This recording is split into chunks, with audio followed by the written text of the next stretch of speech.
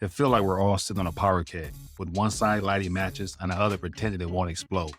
This is the global game being played right now with NATO and Russia squaring off over missile strikes, and China is quietly gaining ground in the background. Let's talk about this.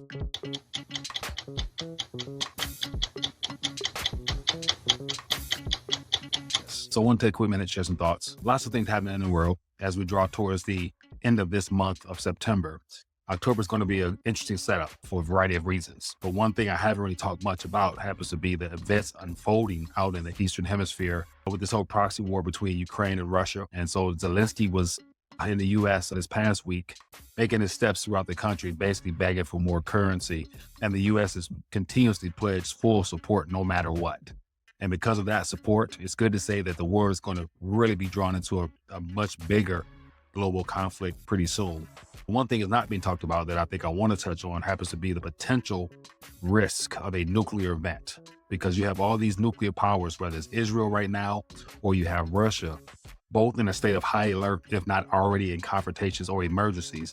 It's just a matter of time before something really trips off some type of alarm or some type of false flag event, unfortunately. But in this video here, I just want to share some thoughts in reference to just a potential red line that is being crossed right now for humanity's sake. When it comes to nuclear powers, all being under pressure right now. And that's something that we are not really considering as hopefully something that will never ever play out. But then again, it could be used as a last ace up a sleeve for the globalists that are trying to remain in control over the dollar-centric paradigm that we live in now. And so at this current moment, you never know what might come next. But I want to share some thoughts, get your take on it as well. So if you guys are interested in more of these short takes, definitely hit that thumbs up. Make sure you subscribe and then take these videos, share them with others so people can get an alternative perspective on what's going on here. Because I make these to hopefully keep you informed, one step ahead of the masses so that you'll be able to navigate these waters a lot easier, especially when it comes to your finances and being able to protect and preserve everything you work hard for. But let's start off with talking about the nuclear red line. Basically playing chicken with Armageddon. So the first major issue is nuclear war, a terrifying but real possibility. See, the West is flirting with the idea of approving missile strikes deep within Russian territory, and that's pushing Putin to the brink. So imagine this like a dangerous game of chicken in a winding road. One car representing NATO is edging closer and closer to Russia's car, hoping that the other driver will swerve around him. But instead of swerving, Putin's laying down a red line. Basically, if you cross this line, we're going to respond with nukes. It is not just an idle threat either. Putin has clarified Russia's nuclear doctrine, stating that even conventional missile strikes from the West could be seen as a direct attack on Russia, which would warrant a nuclear response. And so that's the kicker here. Washington insiders like John Bolton and all those warmongering people are calling Putin's bluff. There's no evidence that Russia is preparing a nuclear arsenal. But is that the risk worth taking? So if the West keep pushing, we might just find out how far Putin is willing to go. And the second issue of concern happens to be the sanctions that are boomeranging right now. So let's shift gear for a quick second here on this economic front, where the West thought that they had Russia cornered.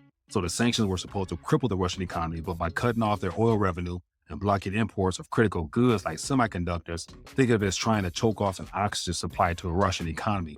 But instead of them gasping for air, Russia's finding a new way to breathe, and its name is China. And so the West plan all along was to economically try to stranglehold Russia, which has clearly not worked out because their economy is doing a lot better than what we're being told.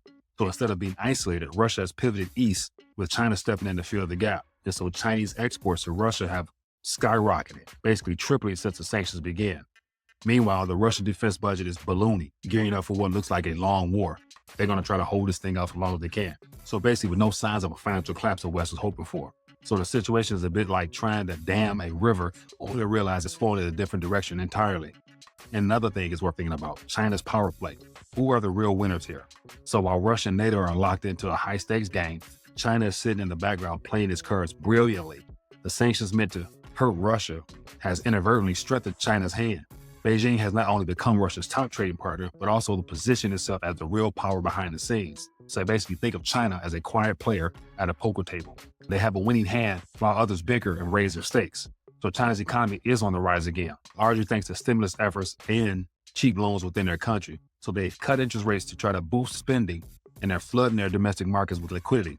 So essentially pumping currency into the economy to keep it moving forward. And here's where it gets interesting. Australia, a top supplier of iron ore and liquefied natural gas to China, now is sweating bullets.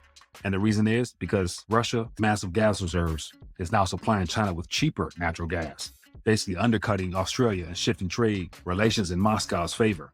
So this dynamic is Australia a lucrative lemonade stand on the corner until Russia opens up a stand just down the street selling the same lemonade at half the price. So no surprise, China is turning to Russia for more energy needs, and Australia is left scrambling, trying to offer China something that they can actually compete with. And so at the end of the day, the bigger picture of what I really want to get to is that the West appears to be running out of moves, and that's why things could get dirty. But what's becoming clear is that the West strategy isn't working as planned. So the war in Ukraine is dragging on, and clearly there's no chance that Ukraine stands a chance of any win. And Russia isn't collapsing under economic pressure the way that the West wanted them to. So in fact, the West might be running out of moves. And so the economies aren't primed for long-term conflict either. See, debt is skyrocketing, manufacturing is struggling, and support for Ukraine is starting to wane down a little bit.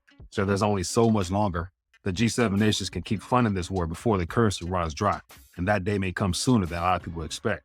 So on top of all that, the Western Hemisphere's over-reliance on sanctions has driven Russia and China a lot closer, creating a geopolitical shift that will be hard to reverse. And of course, we got the BRICS meeting coming up in a couple of weeks. So the global economy is changing with China and Russia working hand in hand while the West keeps doubling down on a losing strategy.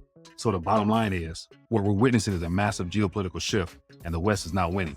So the nuclear threat is looming, and that's why it can be real concerning in the days ahead, because at some point, you can only get down so much before you decide to play dirty. And China's playing the long game, positioning itself as the ultimate winner in this conflict as things winds down. So as the West continues to push its agenda, it's important to ask yourself, are we walking into a trap of our own making? That's what it boils down to. So once again, the red line is being crossed on the nuclear front. China having domestic financial problems within their own country, deciding to cut the spigot on the fun things. You have the Western nations more desperate now to try to keep all these conflicts within their own control. So between the Israel event, the China-Taiwan situation, and the Ukraine and Russia situation, there's a very high probability that the West, in particular the US, is stretched thin right now. And we have a presidential election coming up in a couple of weeks. So that's a lot of things to be trying to juggle all at once. And so once again, it's just something worth keeping an eye on, man, because at some point, if the West feels that they're trying to manage too much, they may play dirty. There'd be an event that we can't turn away from or turn back to. So once again, just taking a minute, sharing some thoughts on this whole geopolitical confrontation the world is facing right now, and just praying that it doesn't go nuclear, because if it does, there's no winners in a nuclear fight. But anyway, your guys' thoughts on this. If you found value here, once again, hit that thumbs up button. Give me a comment down below so I know what your thoughts on, as well as what you're keeping your eyes on as well. And other than that, look forward to bringing another news update real soon. Enjoy your day.